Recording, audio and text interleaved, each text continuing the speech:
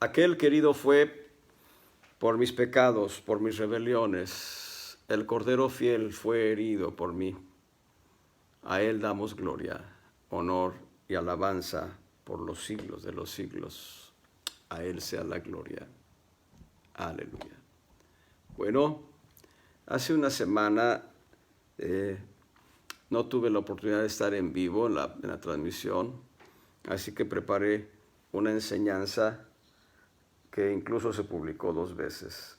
Pero después me di cuenta que había una enseñanza inconclusa de viernes y entonces la grabé y también se subió. Así que hace una semana hubo doble porción de enseñanza, aunque no fue en vivo, sino diferida.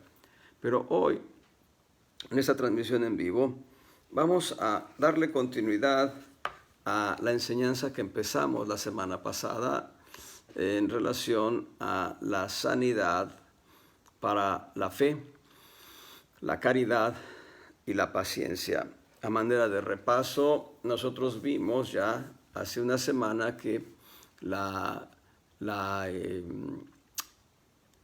epístola a Tito, la carta que escribe el apóstol Pablo a Tito, tiene diferentes exhortaciones. Una de ellas es que ponga orden en las iglesias que están por las villas, por las aldeas de la isla de Creta. Indiscutiblemente, Tito estaba haciendo una labor apostólica porque Pablo le da la encomienda de que establezca ancianos.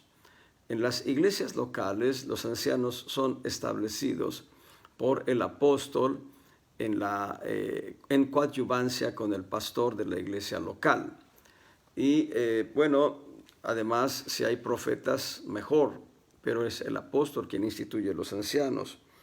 Y hemos mencionado que la isla de Creta para aquel momento histórico era una isla que tenía varios pueblos o aldeas o villas, y en cada pueblo, en cada aldea, Pablo procuró predicar el evangelio e instituir una iglesia local por cada ciudad o por cada aldea, por cada poblado.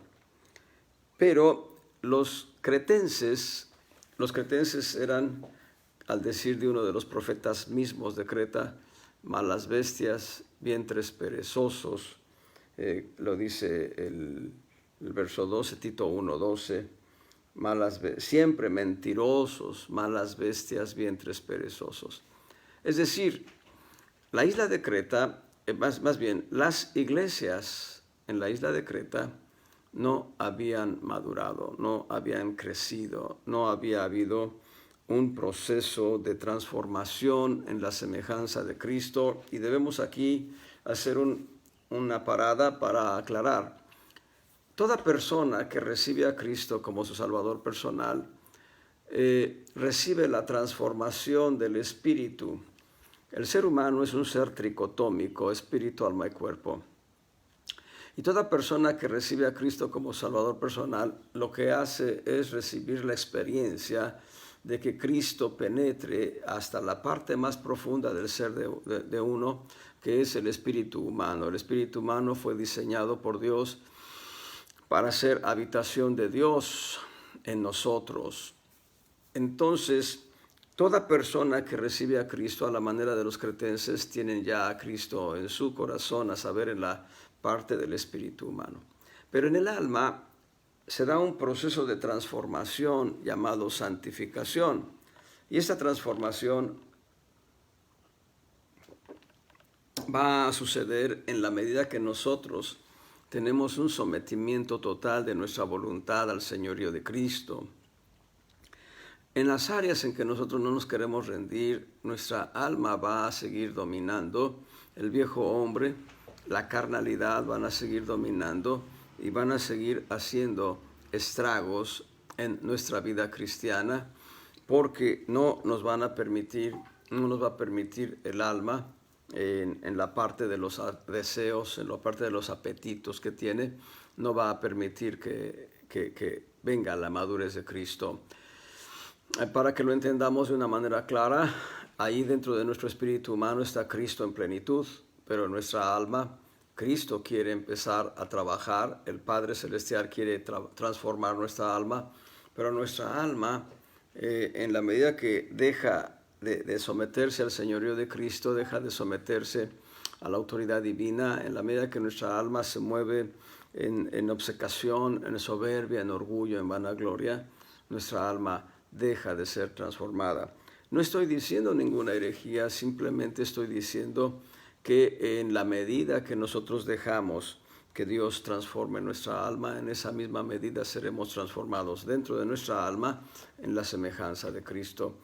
Ello va a determinar que nosotros alcancemos galardón y vida eterna. Hace unos meses compartí con ustedes los 12 principios que nos enseña la formación de las 12 tribus de Israel alrededor del tabernáculo, el campamento, el orden de campamento, para entender como un termómetro el crecimiento espiritual que tenemos nosotros, en manera tal que no todos van a tener la misma estatura espiritual cuando lleguen a la presencia de Dios.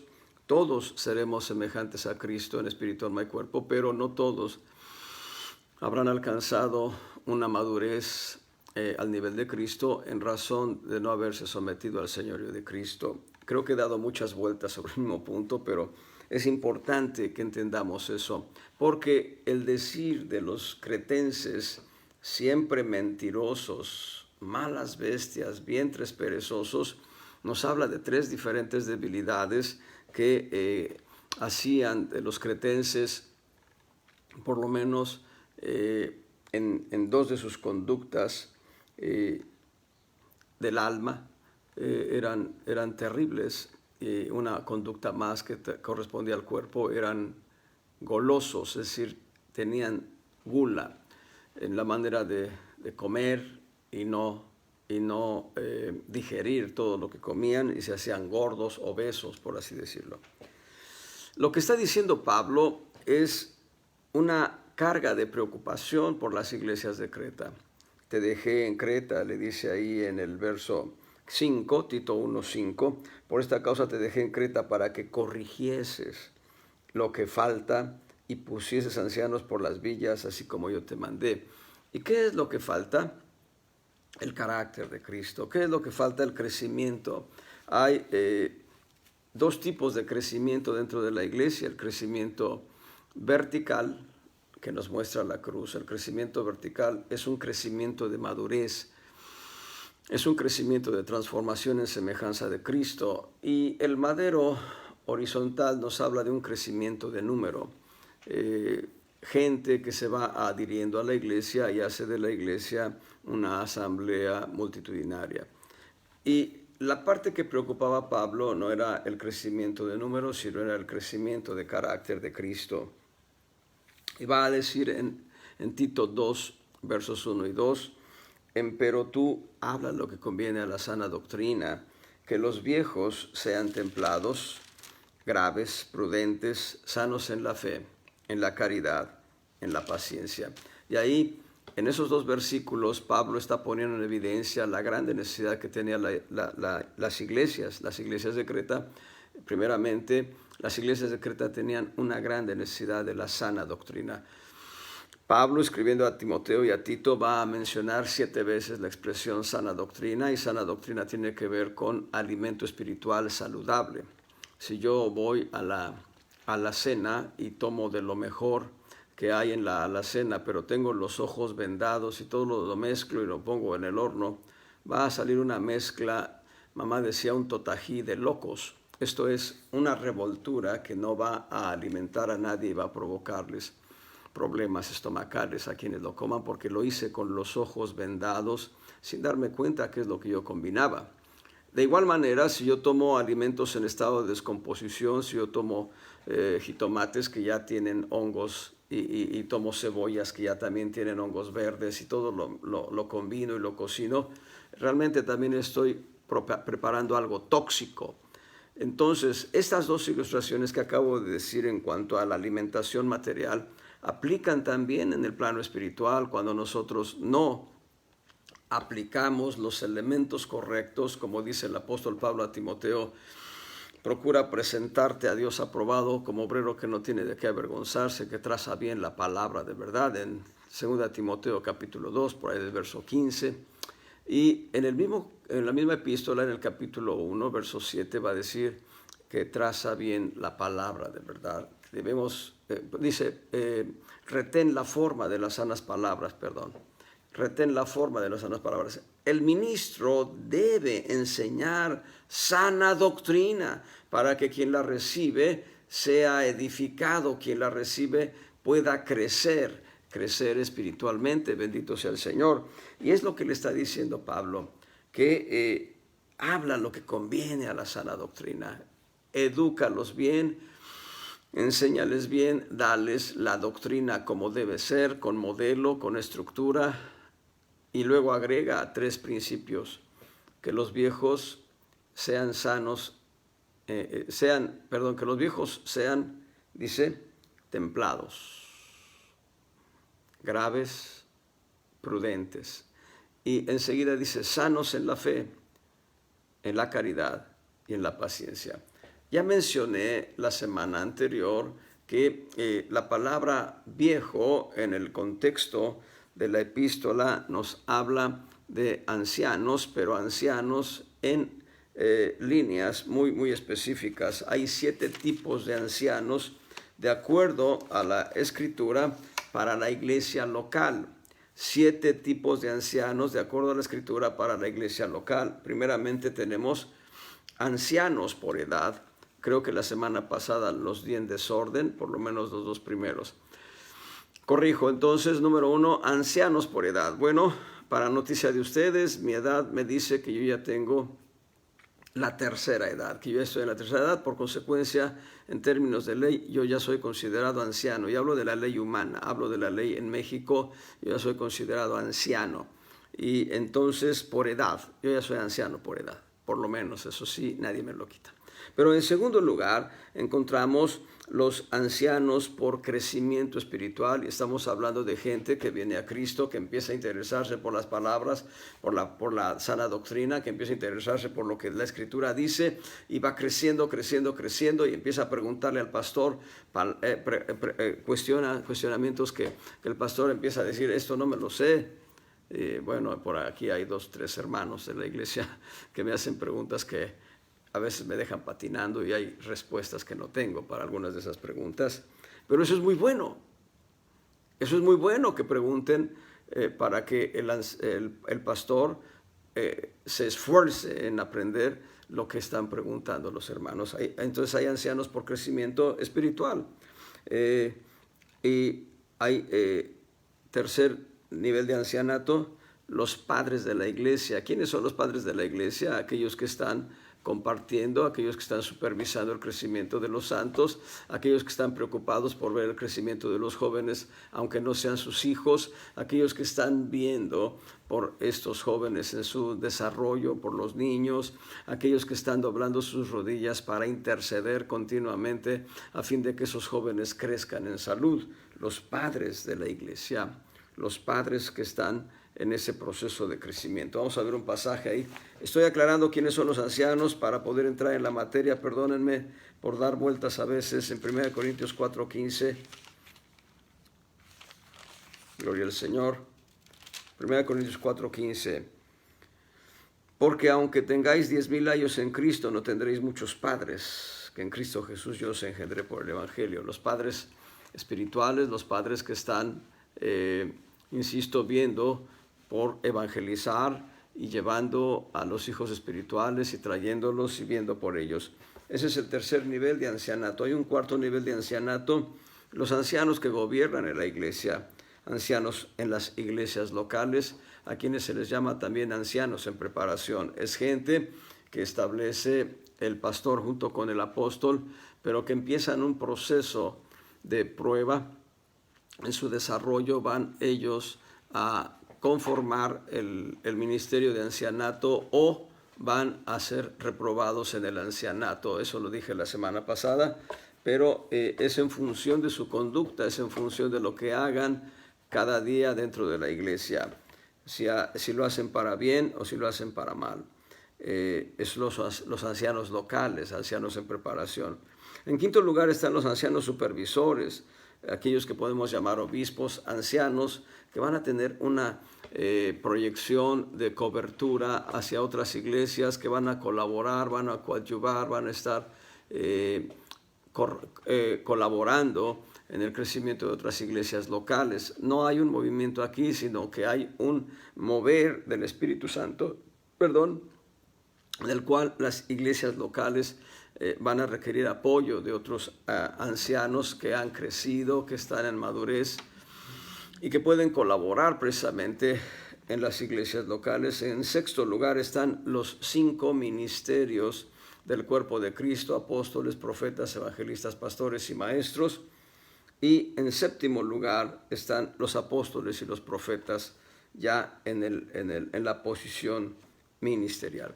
Y ahora sí, regresando a lo que dice el apóstol Pablo a Tito, dice que los ancianos sean templados, sean graves, sean prudentes. Y estas 3 palabras son las claves de sanidad para la fe, para la caridad y para la esperanza. Y de hecho, ahí es una propuesta muy genérica, pero que aplica de una manera puntual a la sanidad. También mencioné la semana pasada que la palabra ancianos o viejos en esta palabra específica son personas de edad. La palabra es presbíteros. Esta palabra en Tito 2:2, cuando dice viejos, se está refiriendo a presbíteros. Y esta palabra presbíteros en griego tiene el significado de anciano en razón de edad. Tiene el significado de una persona que ya es vieja por edad, que ya han pasado muchos años por su vida. Es como un calificativo. Y también se habla de esta palabra aplicada a los ancianos del Sanedrín en Israel, los ancianos que formaban parte del concilio o del consejo. Esos son los presbíteros. Hay quienes llaman presbúteros. Me parece que la palabra correcta es presbíteros. Pero esta palabra presbítero también es sinónimo de episcopo. En griego es episcopo, pero se traduce como obispo. Y episcopo u obispo y presbítero o anciano son sinónimos, y he mencionado que el apóstol Pablo le dice a Timoteo, ahí en 1 Timoteo 3, 1 Timoteo 3, verso 1, es palabra fiel. Si alguno apetece obispado, buena obra desea.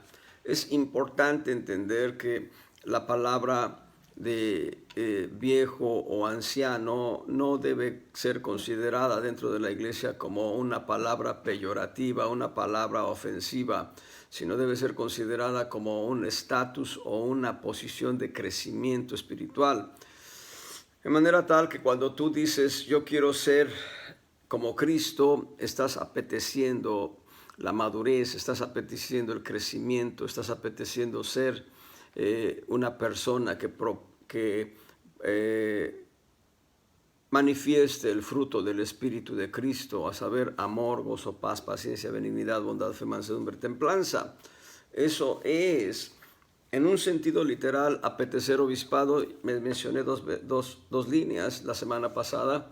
Una tiene que ver con el ministerio. Les di 2 testimonios de 2 jovencitos que le dijeron al Señor, yo, ¿por qué yo no? Y Dios los llevó al ministerio, uno a evangelista, otro a pastor. Pero también apetecer obispado habla del deseo, el anhelo de crecer en semejanza de Cristo. Porque si lo dejáramos como solamente un deseo de ser ministro de Dios, pues solamente los varones pueden aspirar a ser apóstoles, profetas, evangelistas, pastores, maestros, apóstoles, profetas, evangelistas, pastores, maestros o ancianos. Esos 6 ministerios están focalizados en varones. De manera tal que lo que debemos entender por apetecer obispado es, para los varones, desear una posición de ministerio, entendiendo que ministerio es el que baja para servir, no el que está encumbrado sobre la iglesia, sino que está abajo sirviendo a la iglesia. Pero también apetecer obispado tiene que ver con el anhelo de una mujer que quiere ser como Cristo, en todo y por todo. Y entonces, lo que dice el apóstol Pablo es que hay enfermedad, no en la fe, no en la caridad, no en la esperanza, sino hay enfermedad en el alma de los creyentes. Estos creyentes en Creta estaban así porque tenían enfermedad en la forma de aplicar la fe, la caridad y la paciencia.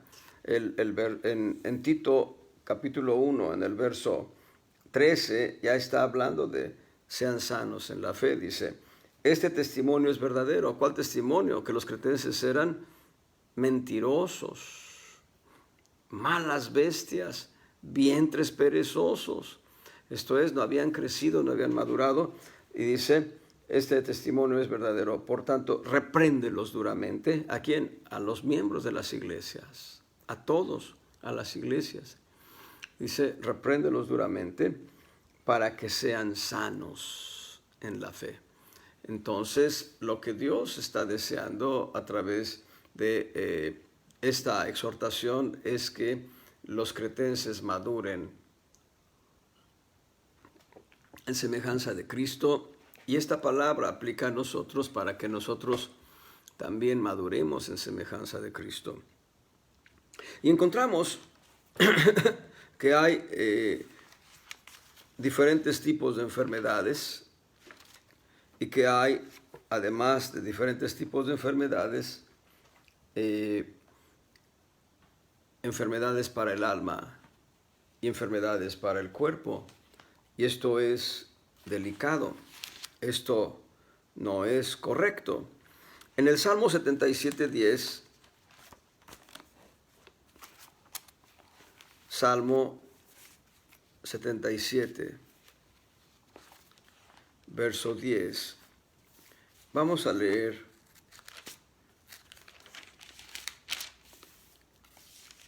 lo que Asaf declara.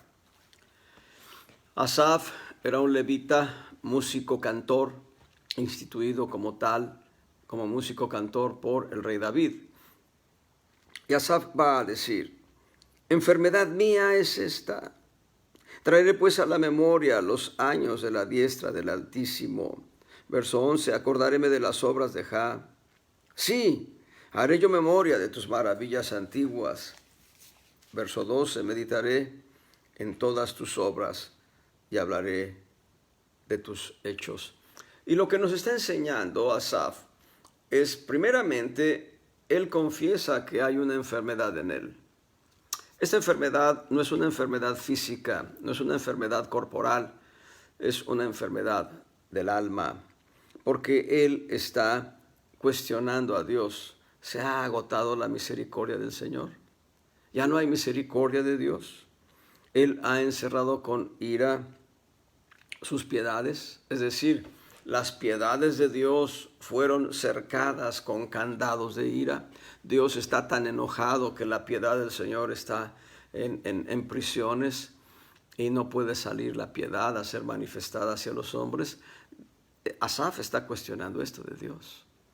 Y él dice, enfermedad mía es esta. Y esto es terrible para un músico cantor como Asaf, un levita. Nosotros somos, a la manera de Asaf, sacerdotes. No somos levitas, pero somos sacerdotes que estamos colaborando con el sacerdocio de Cristo, sacerdocio eterno según el orden de Melquisedec.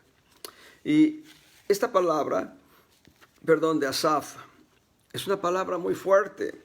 Vean los versos 6 al 9, estoy en el Salmo 77, versos 6 al 9.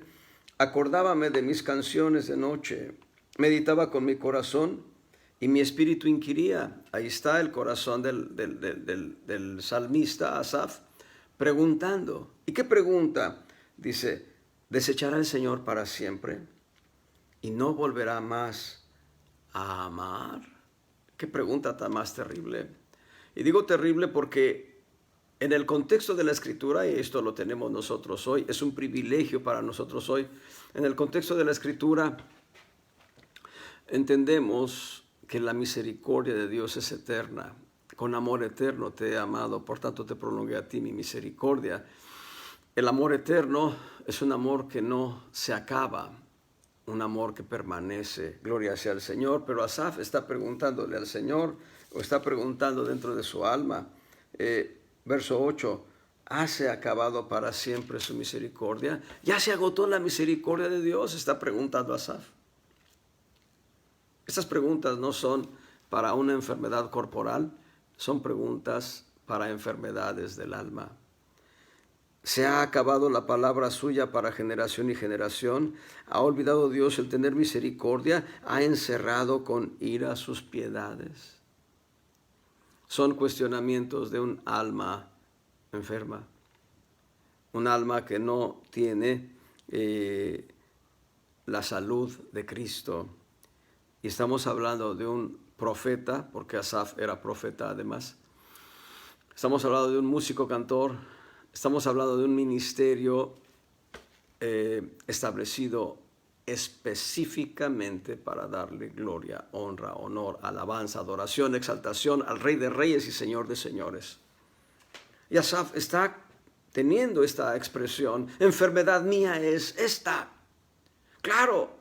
Cuando cuestionamos a Dios, cuando nosotros nos olvidamos de sus estupendas misericordias, cuando nosotros dejamos a un lado aquello que Dios nos trajo como bálsamo, cuando nosotros caminábamos sin rumbo, sin fin, como dice la Escritura, cuando caminábamos sin Dios.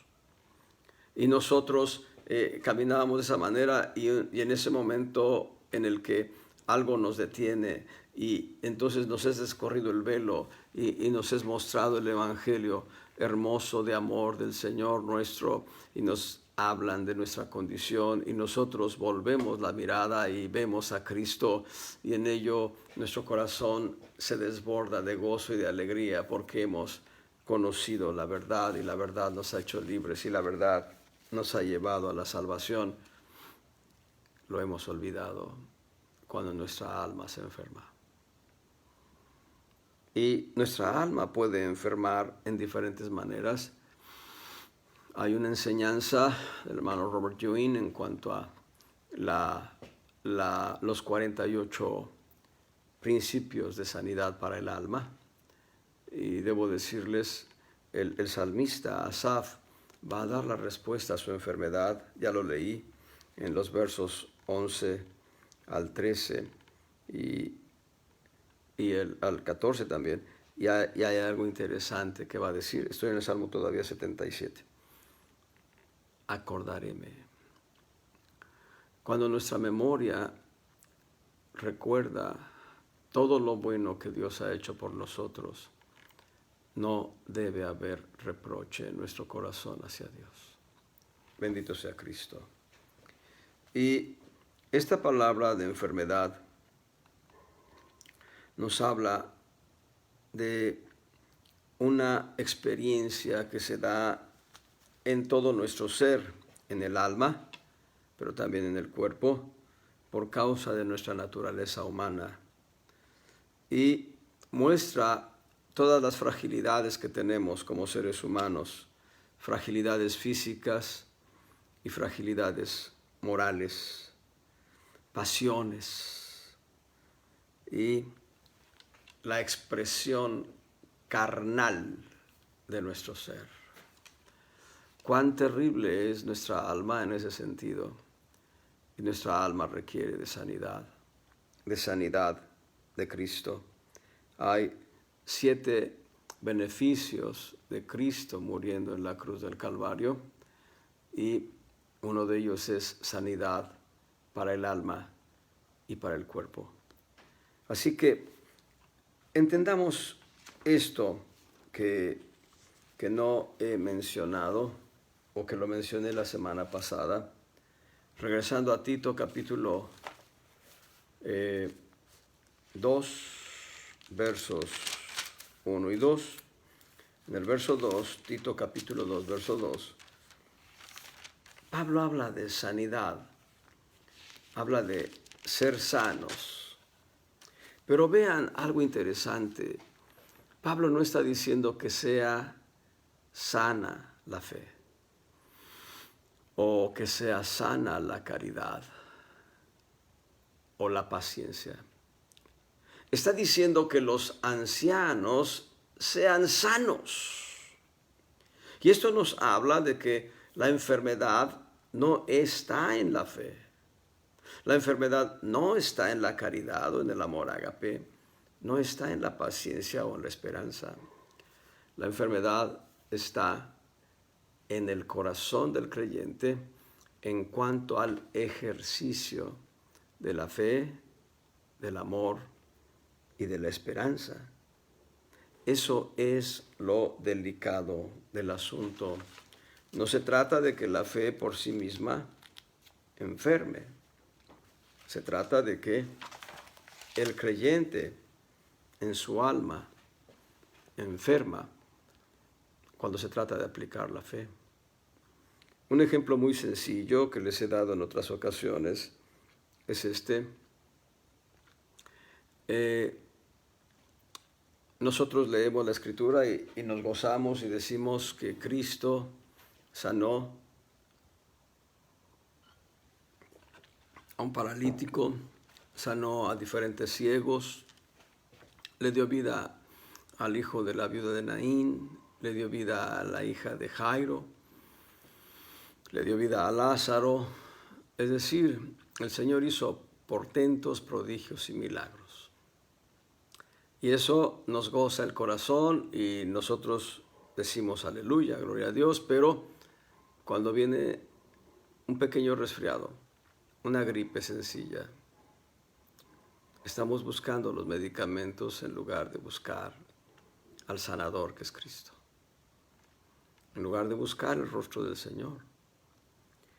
Y vamos a ver, dice sanos. La palabra sanos tiene la raíz de salud, de saludables, de ser saludables, de estar sanos en el alma y en el cuerpo, de que no haya corrupción en el alma ni en el cuerpo, que la verdad de Dios nos mantenga sin corrupción.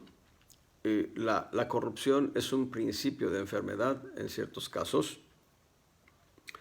Entonces, estar a salvo. La palabra sanos tiene todos estos significados. Estar a salvo. Y dice sanos en la fe. Y la fe en Hebreos 11 nos define, Hebreos 11:1, es pues la fe, la certeza de las cosas que se esperan, la demostración de las cosas que no se ven. Y la fe no enferma.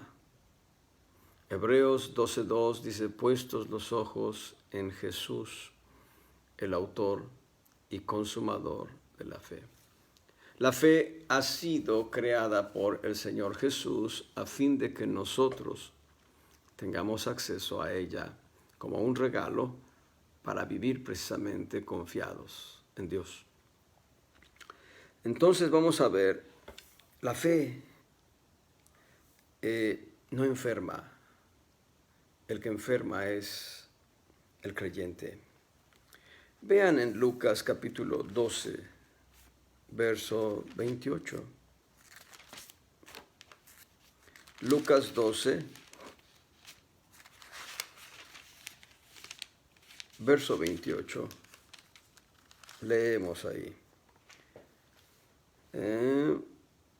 Dice, y si así viste,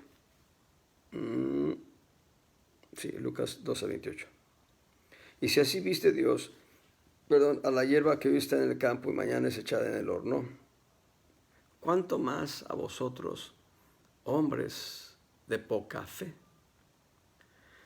Esta palabra es muy fuerte cuando el Señor utiliza esta expresión, lo hace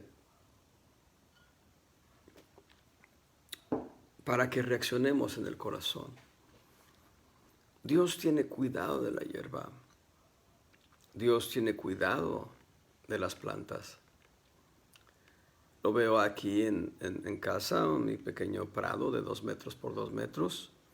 Ahí se ha enraizado el diente de león, y el diente de león es una plaga. Y se planta donde cae. Se planta solo el diente de león.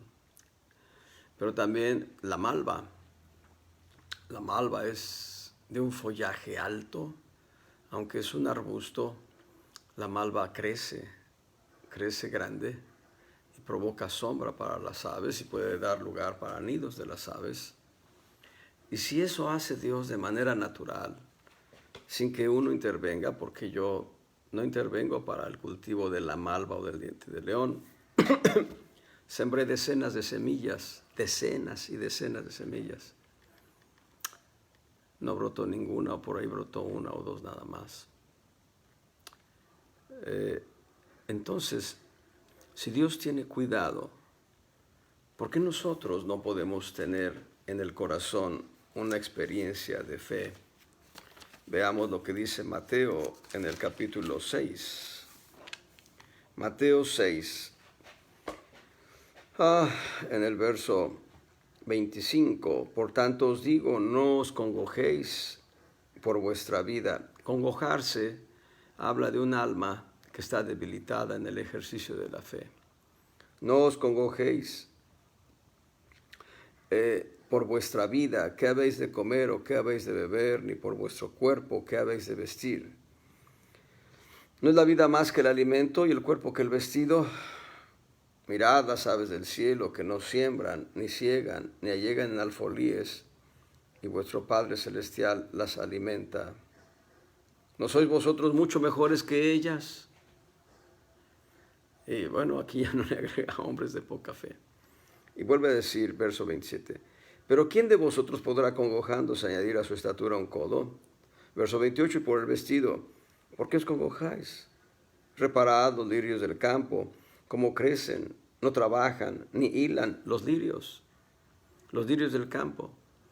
Ahí en mis macetas ya florecieron 2 alcatraces, de manera espontánea y natural. Yo tal vez les pongo agua, ahora que ha estado lloviendo, no les he puesto agua porque no la necesita. Pero ya están 2 alcatraces ahí, brotando de manera espontánea. Y una planta de maravilla y unas lilies. Y eso ha sido de manera espontánea. Y dice el Señor, si Dios tiene cuidado, ¿no hará con vosotros mucho más? Vuelve a decir, reparad los lirios del campo cómo crecen, no trabajan ni hilan. Verso 29, mas os digo que ni aun Salomón con toda su gloria fue vestido así, como uno de ellos. Verso 30, y si la hierba del campo que hoy es y mañana es echada en el horno, Dios la viste así, ¿no hará mucho más a vosotros, hombres de poca fe? La fe mengua en el corazón en la medida que nuestros ojos ven las circunstancias y dejan de ver al Señor. La fe empieza a minarse no en sí misma como fe, sino en el corazón nuestro. Ahorita doy una ilustración, quiero terminar la lectura. Dice, no os congojéis pues diciendo, ¿qué comeremos o qué beberemos o con qué nos cubriremos? Porque los gentiles buscan todas estas cosas que vuestro Padre Celestial sabe que de todas estas cosas habéis menester, pero buscad primeramente el reino de Dios y su justicia, y todas estas cosas os serán añadidas. Así que no os congojéis por el día de mañana. El día de mañana traerá su fatiga. Basta al día su afán. Los afanes de la vida son una expresión de incredulidad. Y si tú te das cuenta en la parábola de Mateo 13, cuando habla de la parábola del sembrador, habla de los afanes. Dice en Mateo 13, en el verso 22, el que fue sembrado en espinas, este es el que oye la palabra, pero el afán de este siglo y el engaño de las riquezas ahogan la palabra y se hace infructuosa. Entendamos entonces que no es la fe en sí misma, sino es el corazón del creyente el que empieza a tener conflictos en cuanto al ejercicio de la fe. Te doy un ejemplo muy práctico. Imagínate que llega un pariente cercano, un pariente lejano, te da un sobre. Tú abres el sobre y dentro del sobre hay una nota y un juego de llaves y la nota dice, esto es para ti. Y ves, son las llaves de un auto. Y te asomas a la calle y ahí está el auto estacionado, es un auto nuevo, de agencia. Y lo primero que dices, no lo puedo creer. Empezaste a dudar y tienes el auto frente a ti. Cuando tú tienes a Cristo en tu corazón, la incredulidad es un pecado. Cuando tú tienes a Cristo en tu corazón, lo tienes todo. Todo. Pero la incredulidad es pecado. Romanos capítulo 14. El último versículo. La última línea. Y todo lo que no es de fe es pecado. Los afanes nos llevan a pecar. ¿Qué voy a hacer si no tengo para la renta? ¿Qué voy a hacer si no tengo para esto, si no tengo para lo otro, si no tengo para aquello? Porque Dios se ha glorificado, voy a darte un testimonio.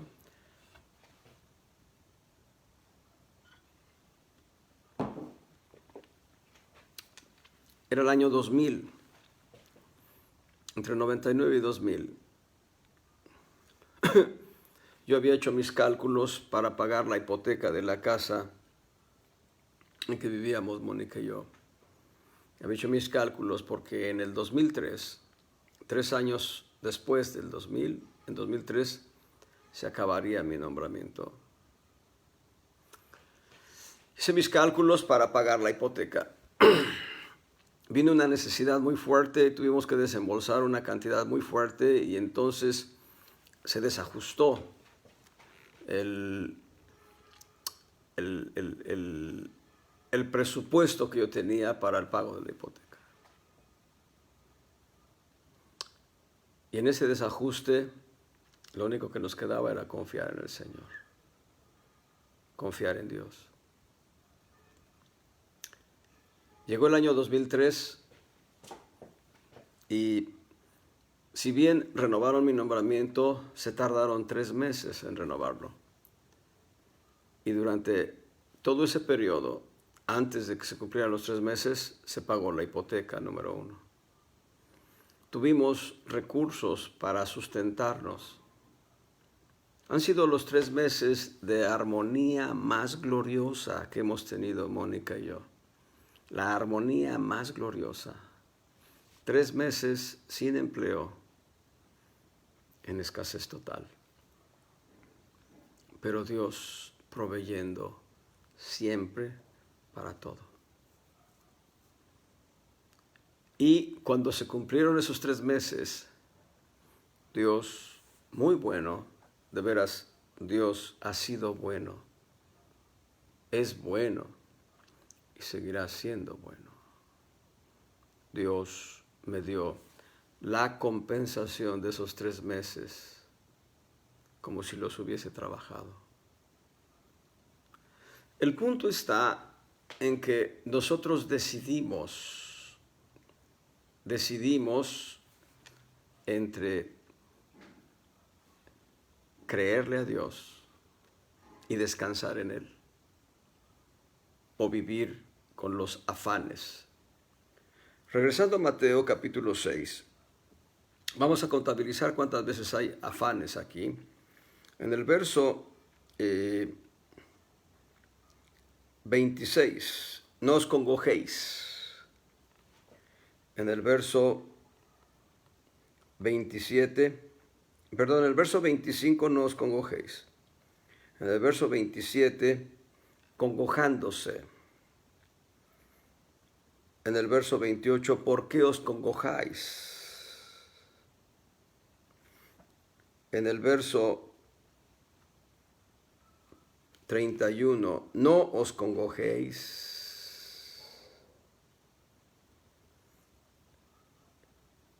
En el verso 34, no os congojéis. Cada día traerá su afán. 6 veces se habla de la congoja o el afán. Y en el verso 24, la congoja o el afán está prefigurada en un ídolo. Las congojas, los afanes de esta tierra van a provocar en nosotros un ídolo de aflicción.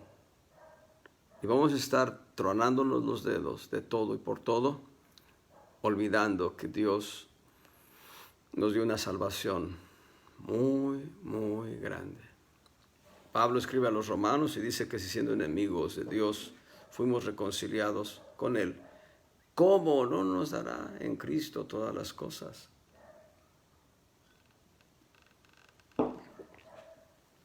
Entonces, la fe no enferma. Nuestra alma enferma cuando no nos movemos correctamente en un ejercicio adecuado de fe. Veamos otro texto.